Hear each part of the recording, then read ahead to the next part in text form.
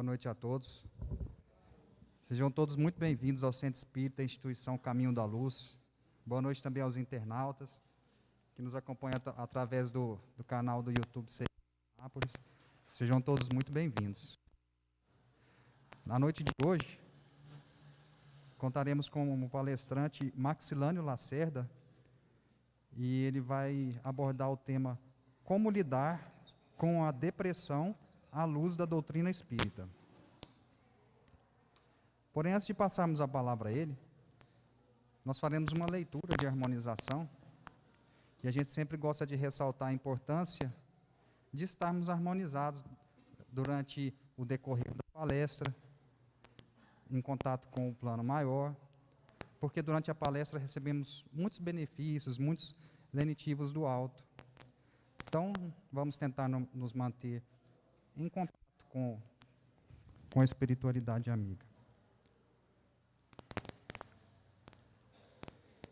E a gente vai ler um capítulo do livro Caminho, Verdade e Vida, psicografado por Chico Xavier, uma mensagem de Emmanuel. E o título desse capítulo é Tempo de Confiança. E disse-lhes Jesus: Onde está a vossa fé? A tempestade estabelecera a perturbação no ânimo dos discípulos mais fortes. Desorientados ante a fúria dos elementos, socorrem-se de Jesus em altos brados. Atende-os o mestre, mas depois pergunta: Onde está a vossa fé? O quadro sugere ponderações de vasto alcance. A interrogação de Jesus indica claramente a necessidade de manutenção da confiança, quando tudo parece obscuro e perdido. Em tais circunstâncias, surge a ocasião da fé, no tempo que lhe é próprio. Se há ensejo para o trabalho e descanso, plantio e colheita, revelar-se-á igualmente a confiança na hora adequada. Ninguém exercitará otimismo quando todas as situações se conjugam para o bem-estar. É difícil demonstrar-se amizade nos momentos felizes. Aguardem os discípulos, naturalmente, oportunidades de luta maior, em que necessitarão aplicar mais extensa e intensivamente os ensinos do Senhor. Sem isso, seria impossível aferir valor. Na atualidade dolorosa, inúmeros companheiros invocam a cooperação direta do Cristo. E o socorro vem sempre, porque é infinita a misericórdia celestial. Mas, vencida a dificuldade, esperem a indagação: onde está a vossa fé? E outros obstáculos sobrevirão, até que o discípulo aprenda a dominar-se, a educar-se e a vencer serenamente com as lições recebidas. Vamos então à nossa prece inicial.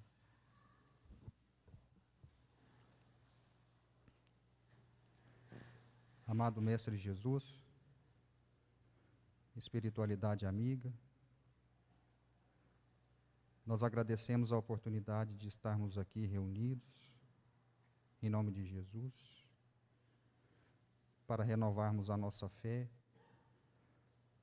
a nossa confiança, para uma convivência fraterna. Nós pedimos que sejamos capazes de manter sintonia com o alto, para assim receber os melhores lenitivos, na medida de nossas necessidades. Pedimos também que inspire o palestrante nesta noite, para que possa chegar até nós as mensagens de que estejamos necessitados. Obrigado, amigo Jesus, e esteja conosco hoje e sempre. Que assim seja. Passamos então a palavra ao amigo Maxilânio Lacerda.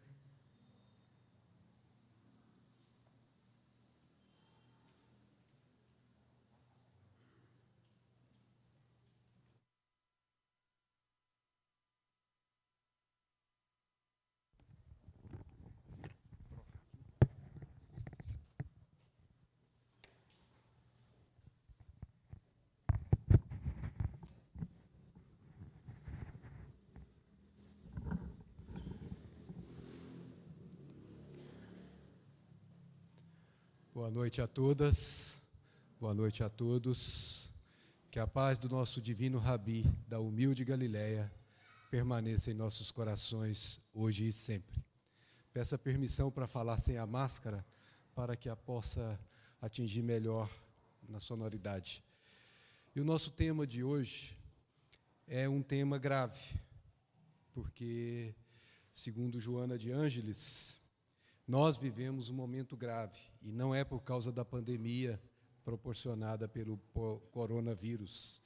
Esse é um tempo transitório, mais curto do que esse outro que nós vamos tratar, porque ela diz que a sociedade vive esse momento grave que afeta a área da saúde emocional e comportamental. Então, nós estamos vivendo momentos em que, às vezes, parece existir inversões de valores que a gente, os mais, pelo menos, antigos, ficam assustados com os comportamentos, com as emoções desequilibradas, desenfreadas, que temos assistido de tantas e tantas vezes. Da euforia até a depressão, do excesso até o enclausulamento. Nós temos visto isso de muitas maneiras, mas a nossa Joana de Ângeles nos diz que, apresentando-se em caráter pandêmico, são palavras dela, a depressão avassala, arrasa, afeta profundamente os mais variados segmentos sociais. Não tem preferências, desde o mais humilde até o mais portentado. Todos eles são arrastados como verdadeiras multidões ao terrível distúrbio de conduta, como ela chamou a depressão. Distúrbio de conduta. Guardemos esta expressão que nós vamos precisar. Mas onde nasce a depressão? No dia 12 de março, se não nos falha a memória, foi nessa data, estivemos aqui e falamos sobre esse tema também, e adiantamos alguns conceitos fundamentais, e hoje nós vamos falar mais à frente um pouquinho daquilo que apresentamos naquela época. Mas a Gênese é importante nós revermos, porque essa enfermidade é uma enfermidade dupla. Como assim? Ela é uma enfermidade que afeta a sua psique e, ao mesmo tempo, afeta o seu soma, o seu corpo. E esses dois repercutem um no outro. Mas, mais do que o soma, o psique fala muito mais alto. Porque a depressão tem a sua gênese no espírito, que reencarna, diz ela, com alta dose de culpa. Alta dose de culpa, quando retenhando no processo da evolução sob fatores negativos que lhe assinalam a marcha e de que não se resolveu por libertar-se em definitivo. Atire a primeira pedra quem estiver sem pecado, disse Jesus. Não soubemos de ninguém que tenha coragem ou tenha tido coragem de atirar a primeira pedra. Qual de nós está isento de erros passados? Especialmente nós que temos vivido tantas reencarnações sequenciadas e que seguramente, muitas vezes, temos nos destrambelhados nas nossas decisões, muitas vezes egóicas, que nos têm levado a verdadeiras ribanceiras emocionais profundamente doloridas. O ponto é que esses complexos de culpa que nós carregamos, sejam eles evidentes, sejam eles sutis, eles não deixarão de fazer parte de nós mesmos enquanto nós não nos resolvermos por libertarmos deles. E para nos libertarmos deles, não há outro recurso, nós precisamos reparar, porque existem 3 estágios para a gente facear o complexo de culpa, o remorso. Nós precisamos primeiro nos arrepender. Mas remorso e arrependimento não é a mesma coisa? Não, não é. O remorso, você fica num círculo vicioso, não tem qualquer janela possível de enxergar uma saída. Esse é o mesmo do complexo de culpa. É um verdadeiro processo avassalador. avassalador. Faz com que você sofra muito enquanto carregue o complexo de culpa em si. Cada um de nós que vive com ele. Dissemos, seja ele evidente, seja ele sutil, em ambas as situações, eles martirizam profundamente o nosso íntimo. Então, nesse processo de nós termos esse complexo de culpa, nós precisamos ter a clareza de que todos somos passíveis do erro. Isso começa a ser definido como o que nós chamamos de auto-perdão. Antes de perdoar a outrem, precisamos a perdoar a nós mesmos. Não é que eu estou fugindo do deslize frente às leis divinas que, porventura, eu tenha feito. É que eu estou me dando a oportunidade de repassar o que eu fiz e, depois de repassar o que eu fiz, passar para a segunda etapa. Porque naquela etapa do arrependimento, eu começo a ver luz do fim do túnel. Eu já tenho janelas de opções para sair desse imbróglio, que é o complexo de culpa. E quando eu começo a ver uma frente onde eu posso avançar com a certeza de que eu vou sair desse túnel escuro, porque a depressão é um túnel escuro, eu consigo enxergar como vencer a mim mesmo. E eu começo a expiar com X, sofrer em mim, todo aquele processo que eu fiz sofrer em mim mesmo, a outrem ou ao Pai Celestial, de qualquer maneira que seja. Eu expio, eu sinto em mim aqueles momentos, mas é um processo depurativo, como se eu tivesse uma sujeira dentro de mim, que com o processo de me expor ao processo expiatório, eu vou purgando, como se fosse um mata-borrão que vai tirando essa sujidade moral de mim. Mas isso não basta. Eu preciso ir para a reparação. Todo aquele que fez o mal, necessariamente, para se livrar do complexo de culpa, precisará fazer o bem. Todo aquele que quebrou, precisará reparar o que quebrou. Todo aquele que machucou corações, precisará sarar esses corações, de uma forma ou de outra. E o mecanismo reencarnatório proporciona oportunidades de reparação diversas, que normalmente nós assumimos no plano espiritual com aqueles que nós iremos desenvolver a nossa presente reencarnação. Quando nos decidimos a seguir por esses 3 passos, nós tomamos a decisão mais importante de nossas vidas. Nós estamos caminhando para nos libertar do complexo de culpa. Assim como ele foi instalado por nós mesmos, ele será desinstalado por nós mesmos pelo mecanismo do amor cobrindo a multidão de pecados.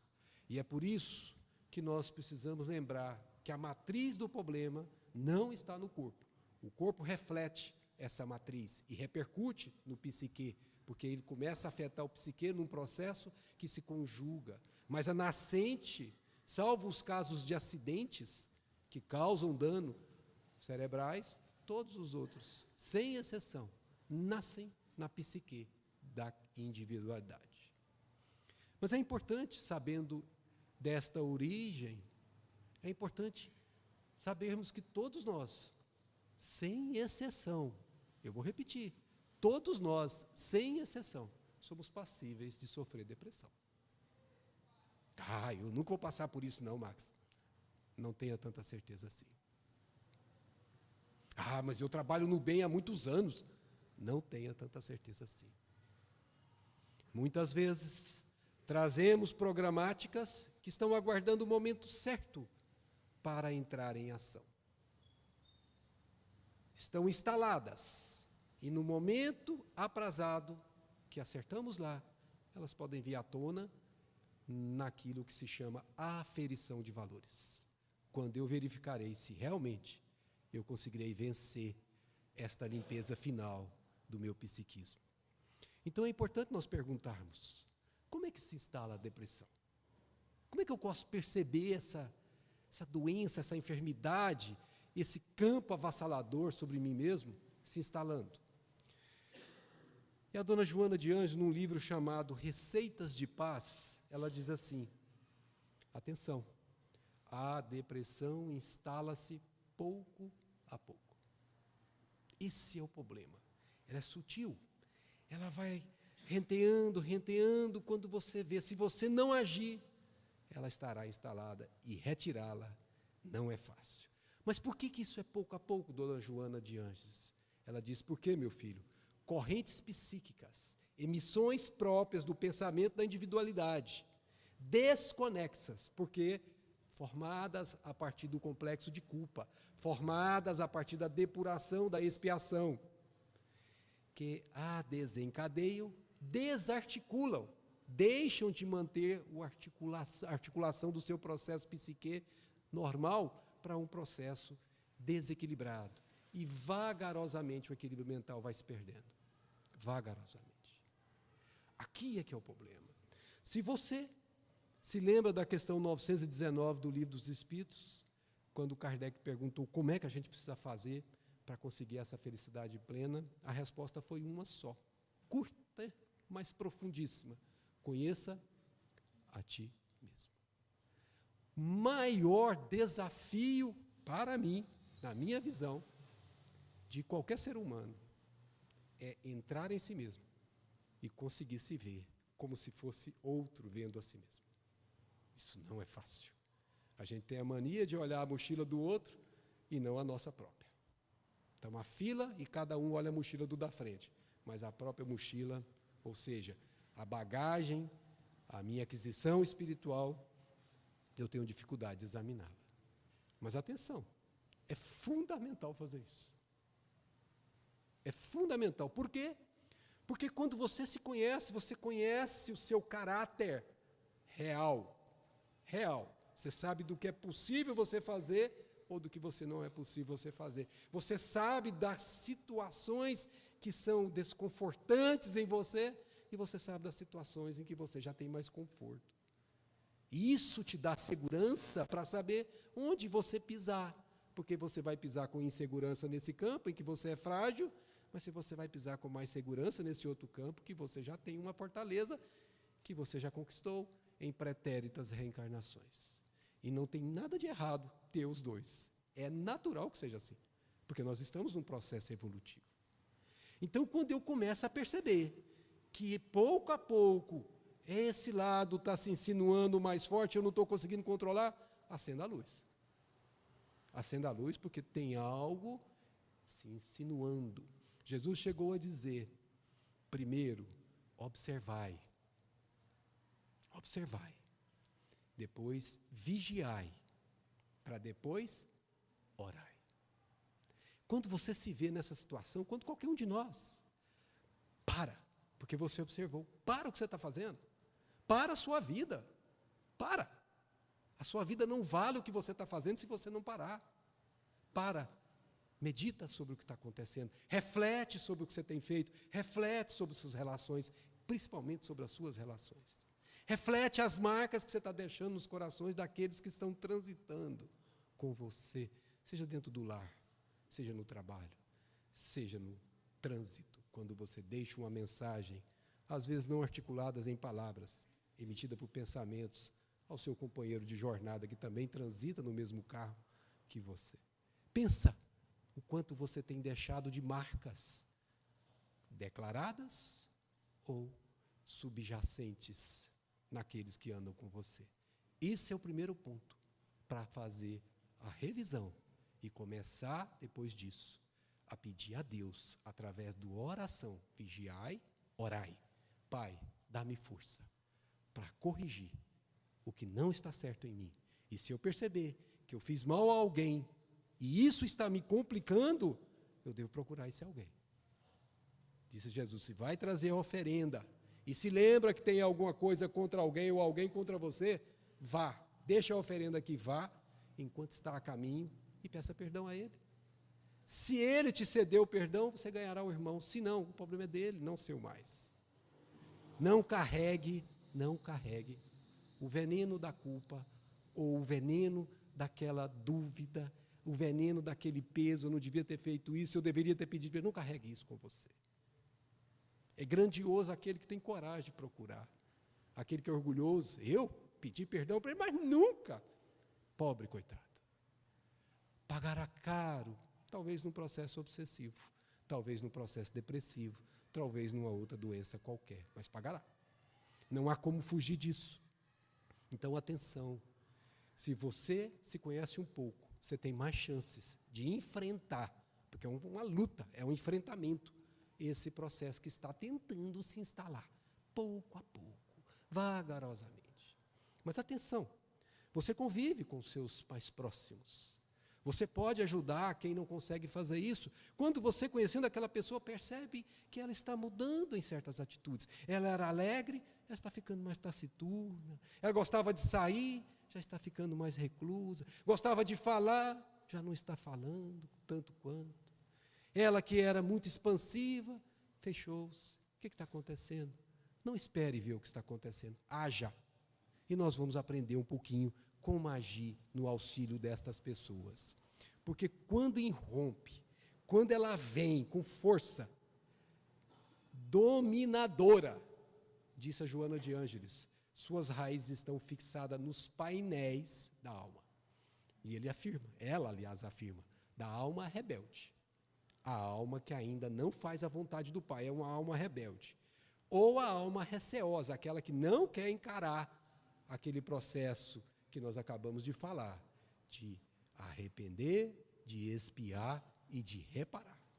E aí, se essa pessoa está numa condição ou noutra, rebeldia ou temor, ela vai conseguir deixar penetrar em si esse mal que vai ser difícil de se retirar.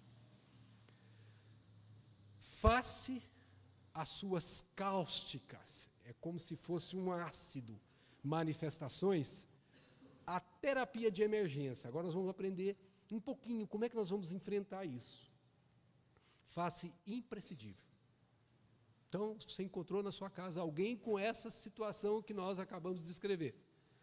Não pensa duas vezes.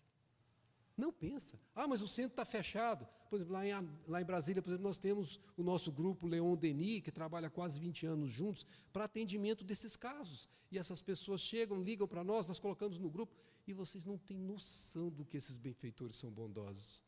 Quantos e quantos casos nesses quase 20 anos eu assisti, que estavam considerados sem reversão, e nós vimos pessoas saindo de lá, literalmente curadas. É preciso ter a vontade de buscar, o desejo de resolver o problema, sem ficar com o nariz empinado, orgulhoso, eu não preciso disso, eu sou forte. Não pense assim. Não há nenhum de nós forte o bastante que não caia. Tenhamos a coragem de buscar a terapia de emergência. Além disso, essa terapia de emergência que é espiritual, faz-se necessário que nós também busquemos a terapia daquilo que se chama medicina humana. Não fiquemos só com um ou só com o outro, nos apoiemos nos dois, porque nós somos espírito e matéria ao mesmo tempo. O corpo, como nós vimos, sofre a repercussão da psique, e esse corpo repercute na psique, isso vai agravando. Então nós temos que tratar do corpo, quando também temos que tratar da alma, ainda que o tratamento do corpo por si só não resolverá o problema. Então você me pergunta, então como é que eu lido com essa depressão, Max? Como é que é essa terapia? Vamos lembrar, a depressão é doença da alma, devendo, por consequência, ser tratada no cerne da sua origem, ou seja, na alma, com todo respeito ao tratamento médico tradicional. Ele é coadjuvante e necessário, não despreze, pelo contrário, busque-o. Mas precisamos ir no cerne do problema.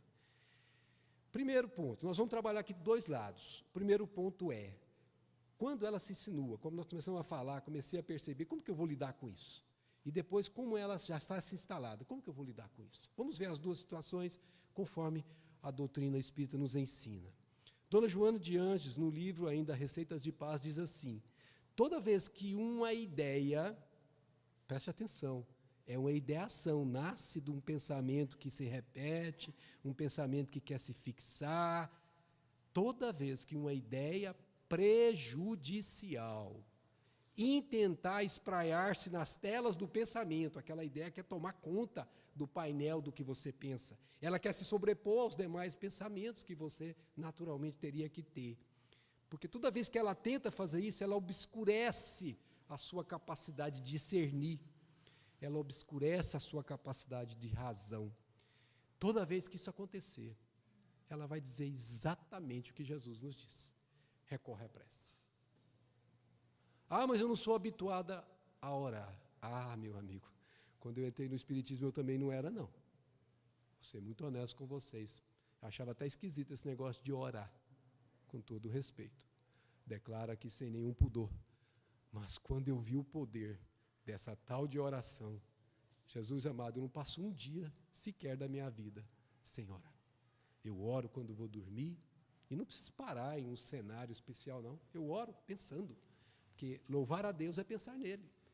Eu oro o tempo em que eu vim caminhando da casa da minha mamãe até aqui. Vim orando mentalmente, admirando as coisas, sorrindo. Quem olhava assim, está doido esse menino, está sorrindo sozinho. Não, eu estava feliz comigo mesmo, pouco preocupado com o que vão dizer. Isso é orar. Então, quando eu percebo que algo não está bem, eu recorro à prece sempre, e essa não é uma descoberta minha. Eu aprendi e tenho usado com muita força e com muito resultado. Por quê? Porque daí eu começo como alguém que coloca, sabe quando o para-brisa do seu carro está embaçando e você aquece o ar e você começa a ver aquela neblina que está formando o para-brisa sumindo? É a mesma coisa. Quando você ora, é como se você ligasse vamos dizer assim, esse processo de limpar o panorama dos seus pensamentos e aquela ideação, aquela coisa enfermiça que estava tentando ser instalada em você, ela começa a perder força. Ah, Max, mas eu não posso ficar orando 24 horas por dia. Pior é que pode. E pode continuar trabalhando, não tem problema nenhum. Eu disse que orar é louvar, agradecer e pedir, conforme nos ensina a doutrina. É pensar em Deus. Então eu estou passando numa rua, eu posso escolher qual de nós está passando numa rua e não está pensando em alguma coisa. Mas em que coisa eu estou pensando? Que pensamentos eu estou deixando armazenar em mim, abrigar-se em mim? É isso. Eu preciso ter sentimento de gratidão. Eu olho o céu, graças a Deus, que bênção que tem o céu. Eu olho para o lar, que bênção ter um lar. Eu olho para a cama, eu durmo, que bênção ter um lar onde eu posso ter uma cama para dormir. Eu olho para o prato de comida, que bênção eu ter um prato de comida para comer. Coisas singelas, mas coisas fundamentais, devem fazer parte, devem compor esse background dos nossos processos oratórios. Porque daí, fazendo isso, eu impeço, essa é a palavra, eu impeço que aquela ideação se fixe. Porque, atenção, fixou, vai ser muito difícil de retirar. Mas ela diz mais. Agradecendo a Deus a bênção do renascimento na carne. Vocês não têm noção, ou melhor, nós não tínhamos noção, antes da doutrina nos dizer, o quão importante é a bênção de agradecer pela reencarnação que nós estamos tendo nessa oportunidade. Não importa se ela está sendo de sofrimento, se ela está sendo de alegria. Em qualquer situação, ela é uma bênção. Nós precisamos nos conscientizar da utilidade da encarnação. A reencarnação tem uma utilidade, nós temos que depurar e nós temos que nos avançar na direção do Pai. E ela tem uma significação superior para nos levar à perfeição. Com isso, nós vamos combatendo pouco a pouco os receios que nós às vezes trazemos em nós, aquele campo do conheça-te a ti mesmo. Eu descubro que eu tenho um receio. Se eu continuar persistindo no tempo do meu viver aqui nessa terra, fazendo esse exercício de me harmonizar com a harmonia cósmica, eu consigo pouco a pouco, fazendo com que essas energias que estão em mim, elas vão enfraquecendo-se e a energia superior vai se fortalecendo. É como se fosse uma fonte de luz que você tem uma certa alimentação de energia. Se você diminui a alimentação de energia, aquela fonte vai diminuindo até ela sumir. É assim que você faz intimamente. Você vai diminuindo essas fontes secundárias que não são interessantes, que são perniciosas, e que estão alojadas em nós mesmos. Não tem obsessor nisso, não. Nascem da própria criatura que traz o complexo de culpa em si. Pode ter participação do Senhor? Pode ter. Para complicar um pouco mais, pode ter. Mas natural é que ela nasce em você. O obsessor pode até potencializar, e às vezes faz isso, quando carregamos essa culpa com outros. Quando nós fazemos isso, nós começamos a trabalhar inconscientemente aquele mecanismo da culpa que está instalada. Porque nós estamos inoculando substância nova em cima de substância velha. É como um copo de água sujo que está sendo, pouco a pouco, limpo pelas novas águas que estão sendo depositadas nele. Se persistirmos, esta palavra é muito importante. Se persistirmos no trabalho íntimo e aliar a isso o trabalho no bem, não há obsessão que se instale em ninguém. Não há depressão que se instale em ninguém. Não há. Mesmo que esteja planejado lá no mundo espiritual, se você fez tão bem, os Espíritos falam, ele está trabalhando tanto no próprio bem e no bem do outro, que nós vamos dar uma moratória para ele fazer o enfrentamento do problema. Eu conheço vários casos em que a pessoa teria que passar por uma determinada doença e aquela doença não veio conforme ele planejou, por causa do mérito das suas ações anteriores àquela chegada. São muitos os casos na literatura espírita. E quando nós fazemos isso, como eu disse agora, a gente produz alegria no viver. Alegria no viver. Não importa se a situação social é esplendorosa ou se ela é precária. A alegria do viver não comporta nenhuma relação com um ou com o outro. Pode estar a criatura na situação mais deplorável socialmente falando, mas intimamente ela é feliz. Então não amarre uma coisa à outra, porque não existe essa amarração. E disse Joana de Ângeles, são palavras dela no livro Receitas de Paz. Recebendo ou não, o tratamento especializado sob orientação de algum médico, aprofunda a terapia e reage. Aprofunda a terapia e reage. Água fluidificada, passe magnético, oração, trabalho no bem contínuo, tudo isso é terapia espiritual. Tudo isso é não deixar-se tomar-se por aquelas ondas que vão se insinuando pouco a pouco, enfermas que vão nos enfermando. Isso é reagir, é o vigiai. Antes, o observai e o vigiai. Essa terapia espiritual, se persistirmos nela, nos livrará da instalação. Vamos falar um pouquinho mais dela, então. Diz ela, Joana de Ângeles, abre-te, é o coração, ao amor. Ame o cãozinho que você vê, ame a árvore pela qual você passa, ame a estrela, ame a lua, ame o sol, ame o seu irmão, ame tudo que está ao seu redor. Sinta a alegria de estar com eles. Sinta-se como alguém que faz parte de um todo como eles. Por mais insignificante que possa nos parecer na visão ainda orgulhosa que nós temos. Um verme, por exemplo, é um ser de Deus e esmagamos com um pé, como se não valessem nada. Ame-o. Ame, ame, ame e ame. Essa é a receita que não tem nenhuma maneira de não dar certo. As ocorrências depressivas vão se anulando pouco a pouco. E você movimentando-se em paz, na área da afetividade, com o pensamento em Deus, você está fazendo uma terapia espiritual importantíssima. Mas diz ela ainda, trabalha com desinteresse, fazendo pelo próximo o que dizes que o próximo não faz por você.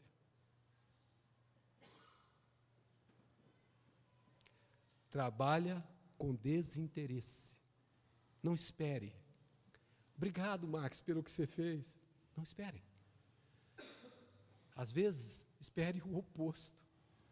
Quem é você para vir falar isso para mim? Quem é você para me ajudar? Eu não pedi nada de você. Depois de muito tempo, depois que foi levantado.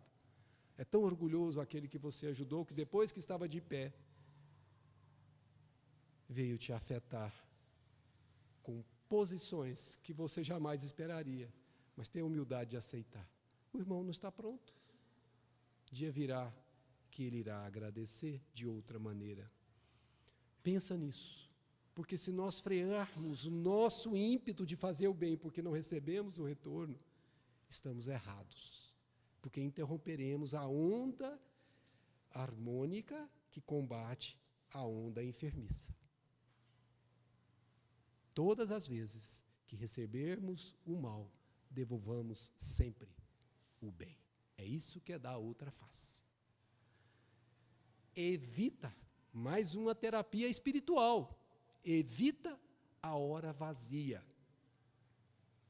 Tem um ditado popular que diz que cabeça vazia é morada não sei do quê. Não quero nem que vocês me falem, por favor.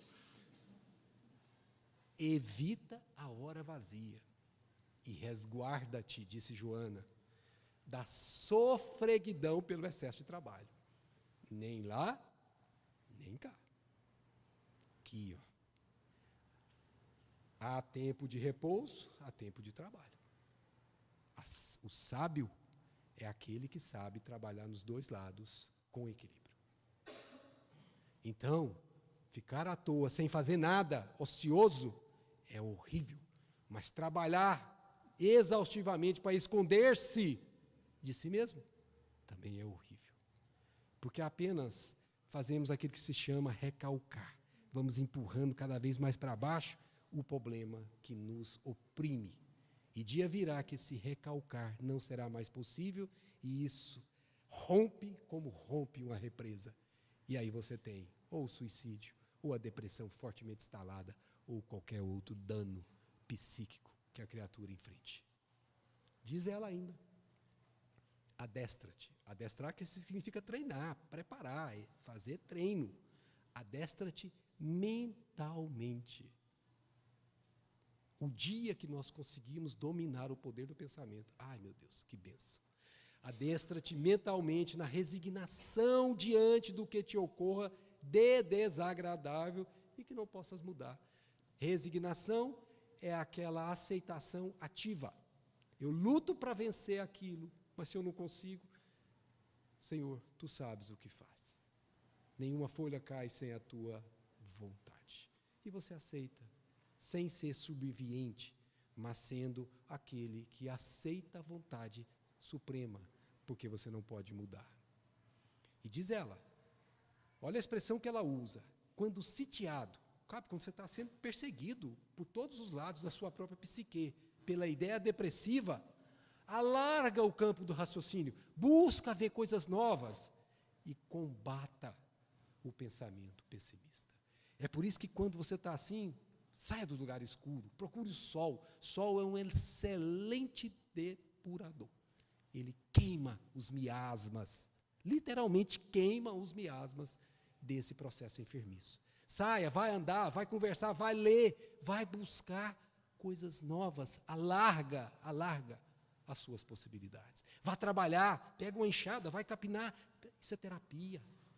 Vai cuidar da planta, vai a um asilo de idosos, vá a um asilo que tenha pessoas com deficiências, entregue-se por aquelas horas que você pode se entregar a este trabalho e você conseguirá combater.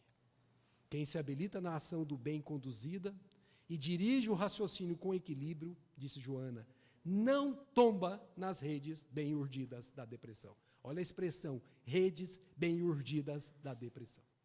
Parece que é algo que foi armando, quando você vê, você está preso na rede. Quem se habilita na ação bem conduzida e dirige o raciocínio com equilíbrio, jamais cai nessa rede. E para fecharmos esse raciocínio, toda angústia dilui-se na água corrente da paz. Frase profunda. Toda angústia dilui-se na água corrente da paz. A paz é fruto que surge em momento próprio, após a germinação e desenvolvimento do bem no coração. Então, se você persistir um tanto mais no seu esforço de fazer o bem, você está diluindo a angústia que o complexo de culpa proporciona. Pense nisso. O quanto de bem você tem feito é o quanto de diluição você tem conseguido. E o bem pode ser para você mesmo, pode ser para o próximo, pode ser para Deus. Ideal que seja para os três. Mas a depressão já está instalada, Max, o que eu faço? Alguém me dirá. De início, o esclarecimento do paciente. Então, a pessoa precisa saber. Você não pode esconder isso dela. Para que ela tem que saber? Porque ela tem que ter uma consciência da sua realidade, ela tem que saber que essa é uma doença da alma, não posso esconder isso dela, não. Eu estou prejudicando se eu esconder. Para que ela adquira essa consciência e, consequentemente, tome responsabilidade. E aí, ela, mesmo que não tenha força sozinha, mas ela tenha intimamente a disposição para a sua própria recuperação. Aí nós vamos ajudá-la, vamos dar a mão, vamos caminhar com ela, mas ela precisa ter a vontade de caminhar, eu não posso arrastá-la. E ela, para saber que precisa caminhar, ela precisa ter a consciência de que a nascente do problema está nela e não no mundo externo. Ela precisa parar de culpar o mundo e olhar para dentro de si e assimilar a sua própria realidade. Porque se ela passar para frente todas as vezes isso, ela nunca sairá desse imbróglio. Outra coisa importante, se a depressão já está instalada, uma catarse bem orientada. O que é catarse? É aquilo que você tira de dentro de você, que está oprimindo. A pessoa tem que pôr isso para fora. Essa catarse eliminará da consciência a culpa e abrirá espaços para a instalação do otimismo. Gente, quantas vezes nós queríamos conversar com alguém e não tem alguém para a gente conversar sobre problemas que nós estamos vivendo, e eles vão sendo macerados lá dentro. Esse é um momento em que nós vamos encontrar a pessoa certa, não é com qualquer pessoa. Então, numa casa espírita, tem alguém que nos recebe para isso. Temos que fazer isso. Em seguida, o hábito saudável da oração, dos bons pensamentos, através de leituras edificantes, dos diálogos que enriquecem o ser interior da fluidoterapia, da água fluidificada. Estamos terminando. E nós queremos fazer um convite ao enfermo. Se alguém que nos ouve ou nos vê passa por esses processos tão dolorosos, ouça um conselho. Se alguém te ofendeu, desculpa. Nem pense em revidar, desculpa. Não importa se ele está certo ou errado, desculpa. Se feriu alguém, reconsidera a sua própria atitude. Reconsidera e recomponha. Contratempos do mundo estarão constantemente no mundo, onde estiveres. Ninguém escapa disso. Parentes difíceis aparecem em todos os núcleos familiares. Não tem um que não tenha algum sinal disso. E mais, trabalho é a lei do universo. Meu pai trabalha sempre e eu trabalho também, disse Jesus.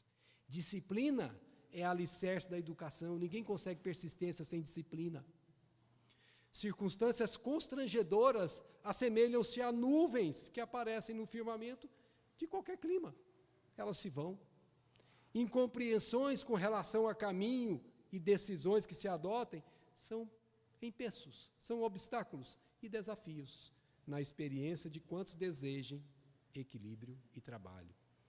Aguardar a todos ao mesmo tempo, ou melhor, agradar a todos ao mesmo tempo, é realizar o impossível. Você não vai conseguir fazer isso. Agrade a sua consciência em primeiro lugar. Veja se você está fazendo o que faria Jesus. Separações e renovações representam imperativos inevitáveis do progresso espiritual. Logo no dia dos namorados, como é hoje, o meu par, a minha par, me abandonou. Muitas vezes o mal vem para bem. Mudanças equivalem a tratamento da alma, mas os ajustes e reajustes necessários à vida. Conflitos íntimos marcam toda criatura que aspire a elevar-se. Todo mundo que está tentando se depurar sofre os conflitos. Fracassos de hoje são lições para os acertos de amanhã. Nenhum fracasso é perdido. Problemas enxameiam a existência de todos aqueles que não se acomodam com estagnação. Toda vez que sugestões de desânimo, disse Emmanuel, nos visitem a alma, retifiquemos em nós o que deva ser corrigido e, abraçando o trabalho que a vida nos deu a realizar, prossigamos à frente. Mesmo assim, alguém virá e me dirá: Max, ouvi tudo, mas eu não consigo sair. O que é que eu faço? E aí eu transfiro para ele, o médico das almas, que diz: vinde a mim, todos vós que estáis aflitos e sobrecarregados, eu vos aliviarei. Não teima em procurar Jesus quando as forças do mundo te faleçam, porque Ele sempre alivia. Sempre, eu disse sempre. Busque-o e Ele te aliviará. Muita paz a todas, muita paz a todos, e permanecemos à disposição.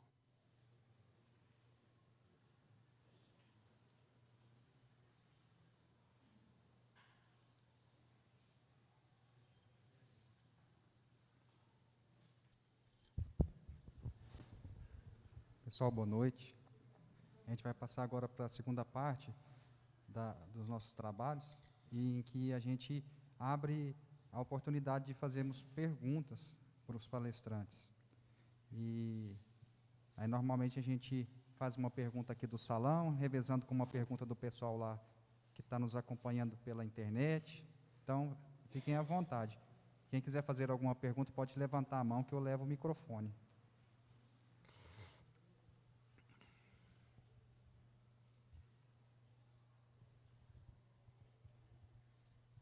Vamos começar aqui pela internet, então. Vou colocar meu...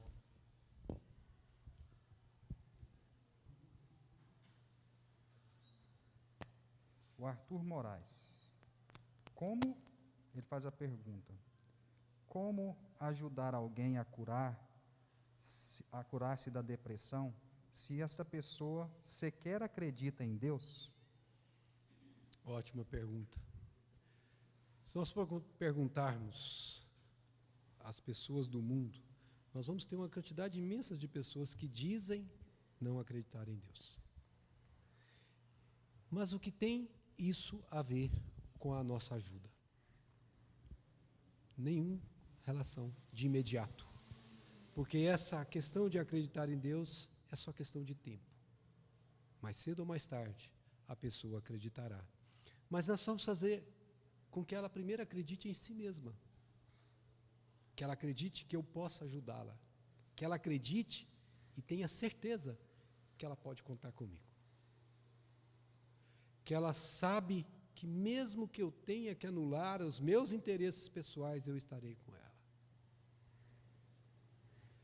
Quando ela começa a ter essas certezas, ela sabe que não está sozinha no mundo. Ela sabe que alguém se preocupou com ela.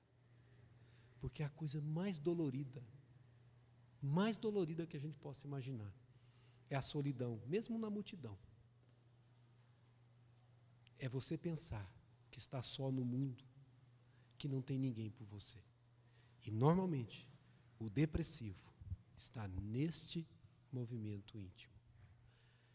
É preciso, nesse momento, que eu tenha a coragem de me lançar ao trabalho de ajudar esse irmão, que não vai sair sozinho. Não vai sair sozinho. Se ele sair por conta própria e você acha que é sozinho, teve ajuda espiritual, sem que você tenha participado. Mas ele não sai sozinho. É exatamente como a parábola do bom samaritano, que estava caído. Se não tiver o samaritano para levantá-lo, ele não sai. E aí, implica, quem se dispõe a fazer isso, implica em duas virtudes que, mesmo que não a tenhamos, temos que nos esforçar para conquistar nesse momento, que se chama devoção, que se chama renúncia. Eu tenho que pensar nele primeiro e depois em mim, porque o momento é dele e não meu. Eu tenho que me colocar no lugar dele. E ele, sem que eu articule isso, eu não vou dizer para ele: eu estou aqui para te ajudar. Eu vou fazer. E sem que ele ouça uma só palavra de que eu vou ajudá-lo, eu vou fazendo. Ele vai sendo envolvido pelas minhas ações ocultas, mas que são percebidas. Não falei uma palavra que ia ajudá-lo, mas eu estive lá quando ele precisou. Em todos os momentos que ele precisou, eu estive lá. Isso é grave, porque você pode ter que perder seu trabalho.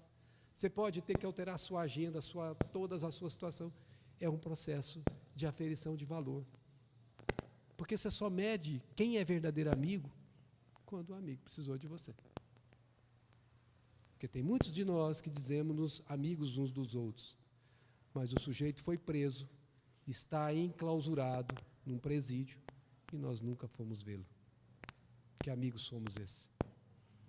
E esse clausulo, esse presídio, chama depressão também, dentro de casa. Menos exposição. Eu não quero passar por aquele constrangimento de ser revistado para ir visitá-lo. É constrangedor, quem já passou por isso sabe. Mas é uma prova. É uma aferição de valor. Então, caro Arthur, que nos pergunta, ter-se com toda a força, mesmo que o outro pareça não querer. Atenção, pareça não querer. Porque devagarzinho, com a sutilidade que a enfermidade instalou, você também vai devagarzinho, com a sutilidade, instalando a cura. Porque a cura passa pela atenção, passa pela preocupação, passa pela devoção, passa pela renúncia. Então, isso custa muito de quem se dispõe a fazê-lo.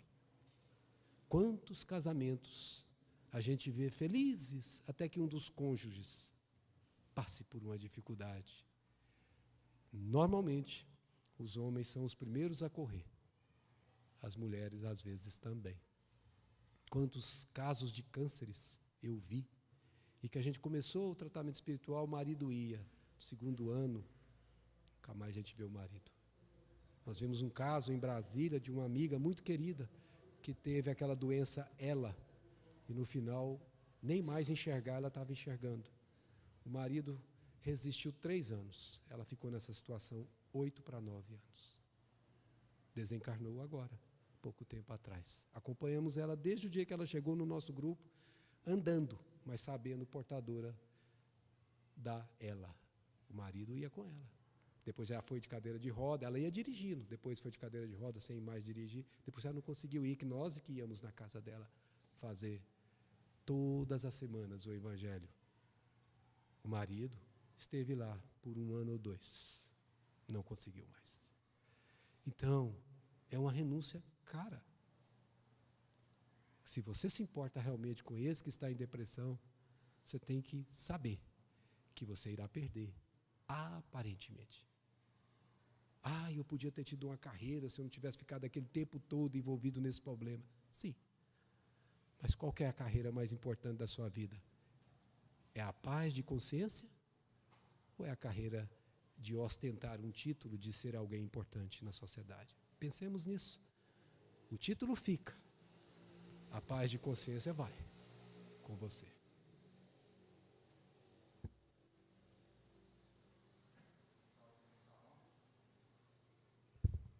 Pessoal aqui do salão, alguém gostaria de fazer uma pergunta?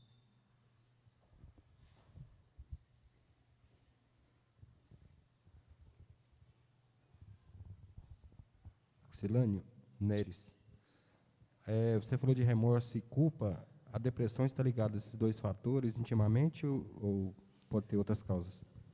Se eu entendi, não ficou muito claro, você está falando que a depressão, por favor? Está ligada intimamente à culpa ou ao remorso? Pois é, remorso e culpa são a mesma coisa, porque os dois fazem com que a pessoa fique no círculo vicioso. Ela diz para si mesma, eu não consigo viver com o que eu fiz. E ela carrega isso dentro dela, e isso vai diminuindo as suas possibilidades, vai fragilizando o seu psique, o seu emocional, isso vai fazendo com que ela abra a guarda para a instalação daqueles processos depressivos. Da mesma forma, quando você não está bem nutrido, que você está sem as defesas, você abre guarda para a instalação dos micro-organismos. É assim também que funciona a culpa. Por isso que a culpa precisa ser combatida imediatamente. Atenção, não tem nada de errado em ter errado. Faz parte do viver. O problema é não reconhecer que errou. Esse é o primeiro ponto. Mesmo intimamente, sabendo que errou, para o mundo, que isso? Quem fez isso foi ele, não tem nada com isso não. Isso é grave. Ele está escondendo de si mesmo, está mentindo para si mesmo, a pior mentira que tem. Está fazendo de conta que para si mesmo que não errou. Isso é uma prova de orgulho exacerbado. Quando ele sai desse mundo e olha para dentro de si e fala, puxa, eu errei. Talvez ele ainda é orgulhoso, ele não tem coragem de se expor para dizer isso publicamente, mas ele pode pelo menos se expor frente àquele ou àqueles que foram afetados pelo seu erro e ter, no mínimo, a dignidade moral de procurar e pedir perdão. Ah, mas ele não vai aceitar. Não é problema meu se ele vai aceitar, não. Eu vou fazer o que eu dou conta de fazer. Cada um tem as suas possibilidades. No momento em que eu faço isso, é o que a gente faz de cartaz. É uma espécie de cartaz. Eu vou dizer para ele o que eu fiz e não deveria ter feito. E se eu puder reparar, eu vou reparar. Ainda nesta encarnação. Mesmo que isso me custe a minha fortuna que eu amontoei nesta terra toda, eu vou reparar. Porque não tem fortuna nessa terra toda que mande para dentro de mim a fortuna da paz. Então, essa culpa, esse complexo de culpa ou esse remorso são todos sinônimos? Todos eles avassalam a alma. Saia desses três, ou que é um só, e entre para o arrependimento. Puxa vida, eu devia ter falado o que eu falei. Meu Deus, mas por que eu falei aquilo para aquela pessoa, gente? Por que eu perdi o controle? Você se deu conta. E se você se der conta imediatamente, você nem vai carregar a culpa, porque você logo já vai corrigir. Então, por exemplo, falou com uma pessoa que estava nervoso por alguma razão, outro falou uma coisa que machucou a pessoa. Pega o telefone e liga para ela, se não quiser ligar hoje, liga no dia seguinte, já está mais calmo. E olha, desculpa que eu te falei ontem. Puxa vida, você não tinha que ouvir aquilo. Fala quase chorando de remorso mesmo, de dor dentro de você, por ter feito uma coisa que o outro não merece, que você podia ter evitado e não deu conta. Eu não dei conta de evitar. Isso não tem problema, mas eu vou reparar logo depois. E quando eu faço isso, eu já me fortaleço, eu me robusteço, para no próximo embate que nós temos que fazer nos contatos da vida, esse deslize, eu não caia de novo. É como se fosse uma vacina. Eu reparei e não caio de novo. Esse não. Eu posso cair em outras fraquezas e vou cair com certeza, mas eu vou me levantar em seguida. O quanto antes eu me levantar, melhor para mim, porque eu não deixo instalar a culpa dentro de mim. Aí eu vivo em paz todos os dias. E eu falo isso para você, porque eu mesmo faço isso. Que, como diz o Divaldo Franco, muitas vezes, se a gente conhecesse o palestrante que está falando, a gente fala assim, eu não vou assistir palestra dele mais não. Porque, meu Deus, que bichinho feio que é esse. Na verdade, todos nós temos que fazer aquilo que só nós podemos fazer por nós mesmos. E não tem ninguém que faça por nós. Então, se nós não estivermos dispostos a fazer, aí nós estamos deixando o problema crescer e aí sim, ser avassalador.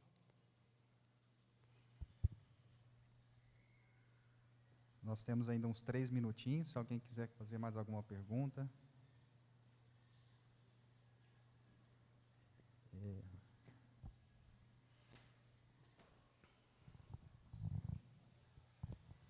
Olá. A dúvida minha é sobre a pessoa sentir um pouco de remorso por uma ação que era necessária, tomar decisões por parente, e a pessoa vir a óbito.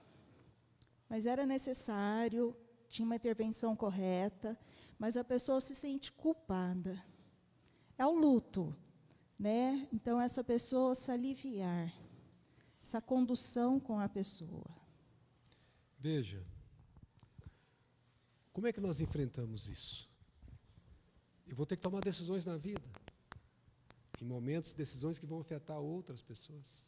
Se eu estiver, por exemplo, no campo da medicina, no campo do trabalho com pessoas em que eu tenho que decidir, eu vou ser aquele que vou ser o responsável pela decisão.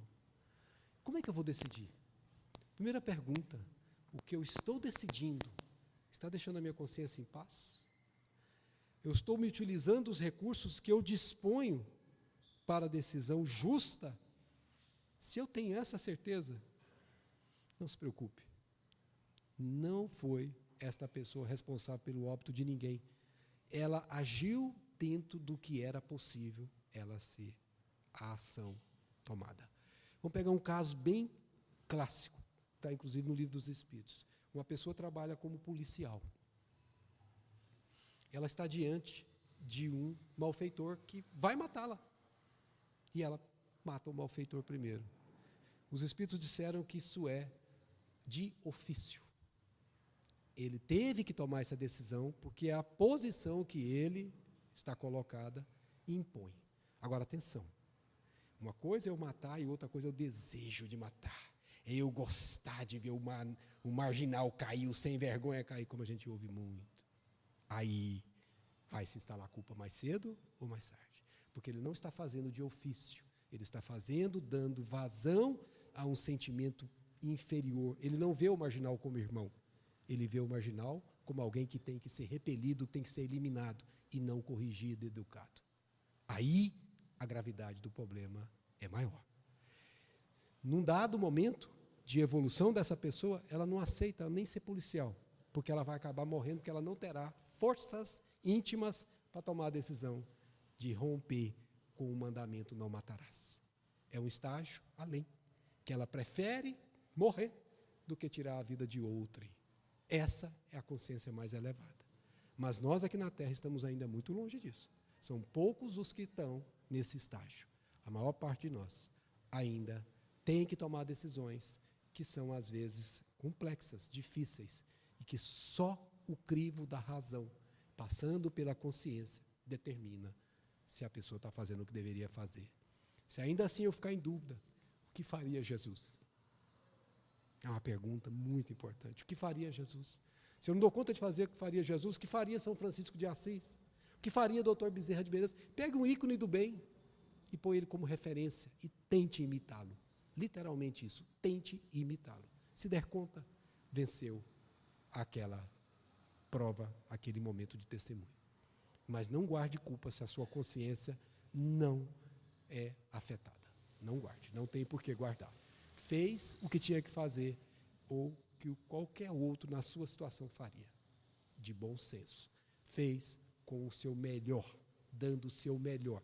Não fez com nenhum outro objetivo. Não tem por que ter consciência de culpa.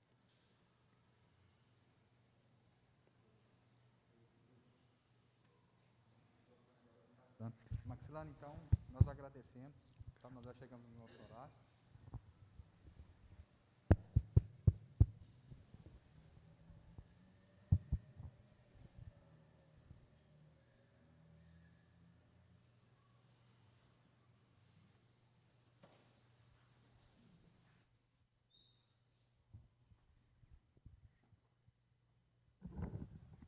Nós agradecemos ao Maxilano Lacerda pela oportunidade que nos deu essa noite, pelas belas mensagens, por nos relembrar desses ensinamentos.